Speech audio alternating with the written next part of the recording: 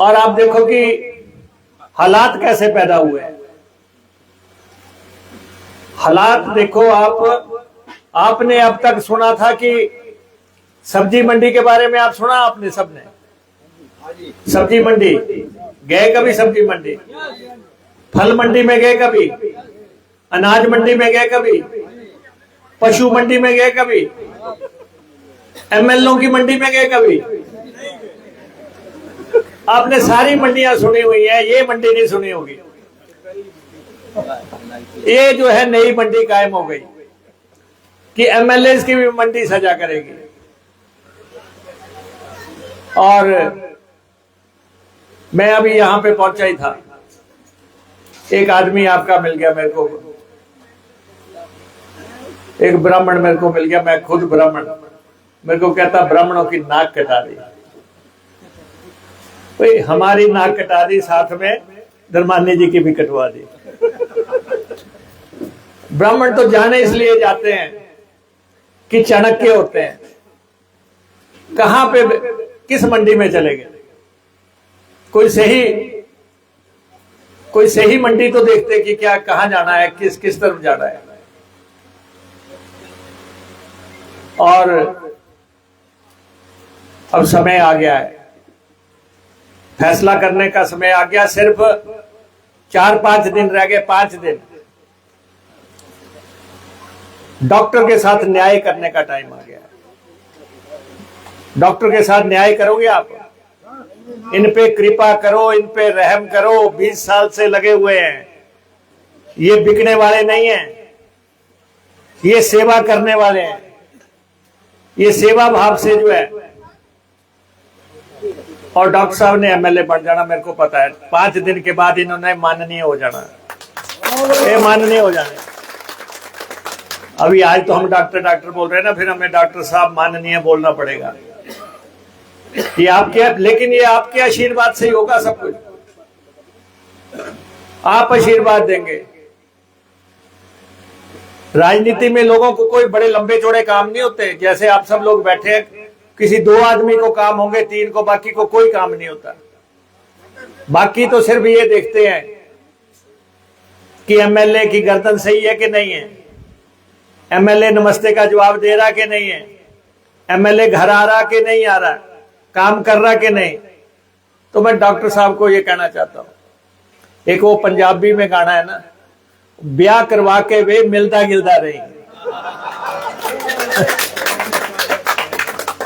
अपनी जनता में घूमो, ये आपकी जनता है, आपसे प्यार करती है और आपके लिए।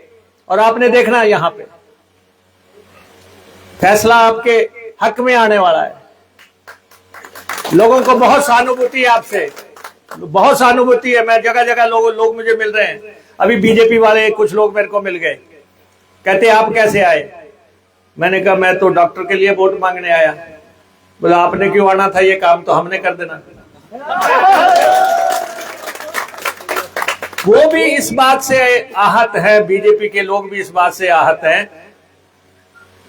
कि हमारे कमल पे किसने का डाका मार लिया, और कमल क्या इतना सस्ता हो गया इस तरीके से।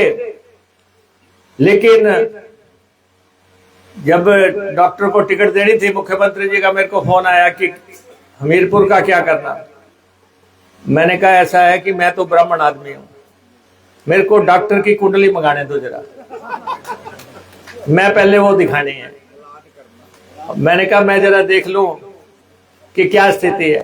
फिर मैंने उनको कहा कि नहीं, डॉक्टर के जो सितारे हैं पूरे टॉप है, और इस बार इनको जो है आप 2 टिकट, ये हर हालत में हिमाचल प्रदेश विधानसभा पहुंचेंगे। और मेरा आप सबसे भी ये आग्रह है, सरकार कांग्रेस पार्टी की है, कांग्रेस पार्टी की, और हम 38 एमएलए हैं। सरकार चलाने के लिए 35 एमएलए चाहिए। 38 समय, ये चुनाव कोई सरकार बनाने के लिए नहीं हो रहा है, ये सिर्फ चुनाव। एक डॉक्टर साहब कह रहे थे कि उससे पूछो कि इस्तीफा क्यों दिया। अरे आप इतने नादान हैं, इस्तीफा इसलिए दिया ताकि आप एमएलए बन सके। इसीलिए ऊपर वाले ने फैसला किया। ऊपर वाला जो है, नहीं तो 15 महीने में कौन इस्तीफा देता। विनाश काले विपरीत बुद्धि, ये ऊपर वाला करता है। ऊपर वाले ने फैसला कर दिया, नहीं तेरे 15 महीने 42 महीने डॉक्टर के, तो फैसला हो गया। लिखा था, आपकी किस्मत में लिखा था कि आपने एमएलए बनना है, और आप बन रहे हैं। और अगर कोई हाथ नहीं भी उठाता, लेकिन वो जो है बटन पक्का दबाएगा आपके लिए, बटन, क्योंकि उनका दिल जानता है। ये भी ठीक है, मेरे भाई यहां पे बोल रहे थे, चंद्रशेखर जी कह रहे थे कि हमीरपुर में ये एक नई बीमारी लग गई कि मुख्यमंत्री बर्दाश्त नहीं करना है। धूमल जी घोषित हो गए, लेकिन मुख्यमंत्री जो है बनने नहीं दिया गया।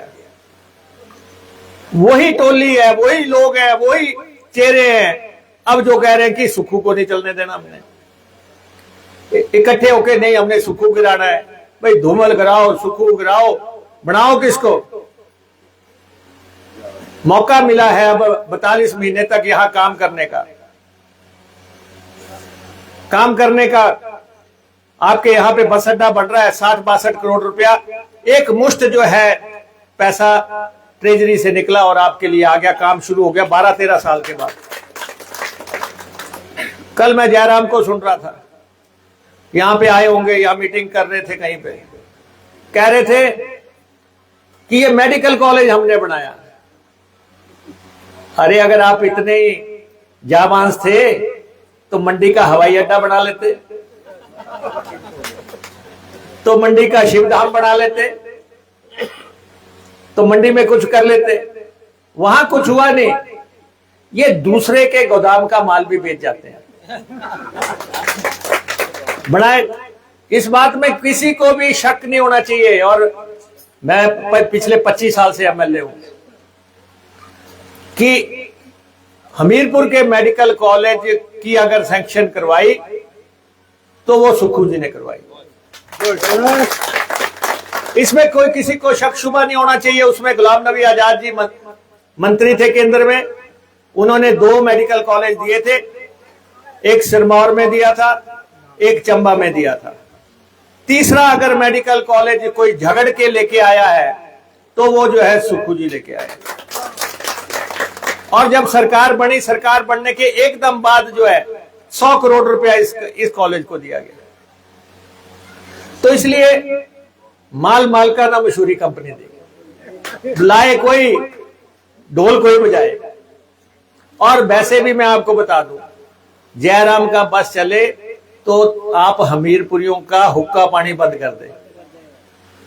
यहां कल आना था उन्होंने, यहां मीटिंग करने के लिए 5 दिन तक माथापच्ची चलती रही, बुलाएं कि नहीं बुलाएं, कहीं नुकसान तो नहीं हो जाएगा बुलाने का।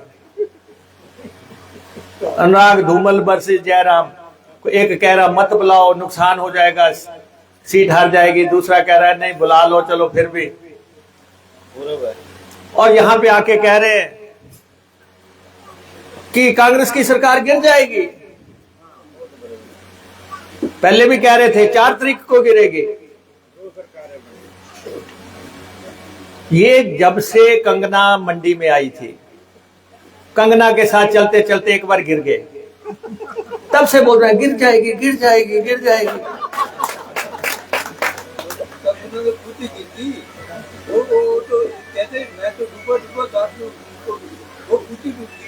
ये वो लोग हैं जो हिमाचल में जीतते हैं और शपथ लेने जाते हैं तो जय महाराष्ट्र करते हैं। ये वो लोग हैं।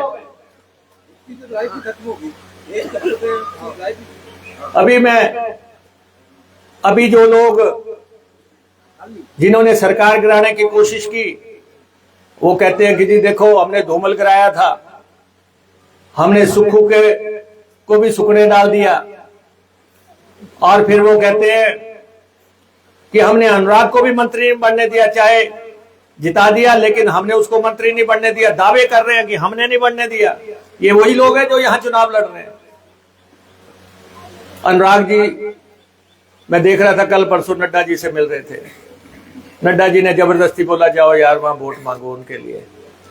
तो मैं देख रहा था क्या वोट मांग रहे थे वो कह रहे थे कि केंद्र में मोदी जी की सरकार तीसरी दफा बन गई, मारो तालियां। उन्होंने एक बार नहीं कहा कि इन लोगों को जो है वोट डालो। उनका इशारा भी समझो, उनका भी समझो कि वो भी क्या कह रहे हैं, कि हालत क्या कर दी है इन्होंने। अरे सरकार जो है हिमाचल प्रदेश में पूरी तरह टिकाऊ है। एक टिकाऊ एमएलए हमारे साथ भेज दो आप, एक आदमी जो काम करवा सके। अब अगर आपके यहां के एमएलए जो पूर्व हो गए, वैसे तो एमएलए बनना बड़ा मुश्किल काम है, एमएलए बनना आसान काम नहीं है। दुनिया जब देती है तो ढेरों देती है, जब उधेड़ने पे आती है तो चमड़ी भी उधेड़ लेती है। किसी भी एमएलए को इस बारे में जो है शक शुबा नहीं होना चाहिए कि मैं बन गया मैं फिर बन जाऊंगा। ये जनता है, पब्लिक है।